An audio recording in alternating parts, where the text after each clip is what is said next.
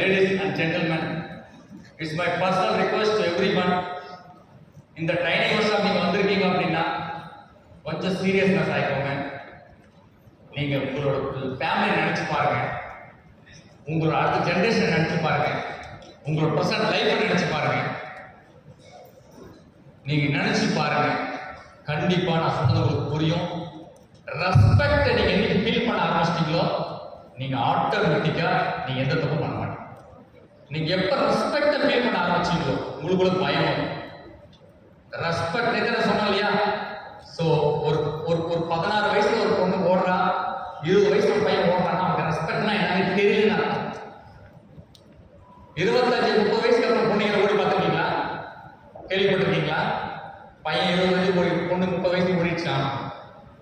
ரொம்ப ரேர். ஏன்னா ரெஸ்பெக்டை ஃபீல் பண்ண ஆரம்பிச்சிருவாங்க. மெச்சூரிட்டி, இதெல்லாம் லீடர்ஷிப்போட மிகப்பெரிய விஷயங்கள்.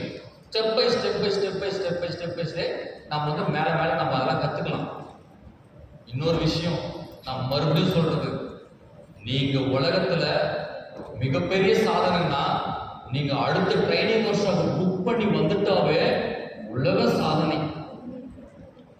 Just think about it.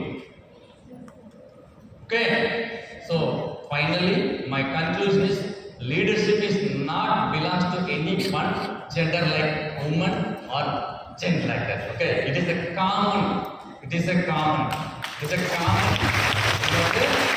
பொதுவா அந்த முடிவு பண்ண வேண்டியது நீங்க தான். அது நீங்க லேடியா நீங்க ஜென்னா எனக்கு தெரியாது. பட் ஆனா லீடர்ஷிப் நான் நல்ல லீடரா வருவேன் அப்படின்னு கை தூக்கி பார்க்கலாம். ஸோ நீங்க எல்லாருமே லீடர் தான். லீடர்ஷிப்ன்றது காமன் திங்.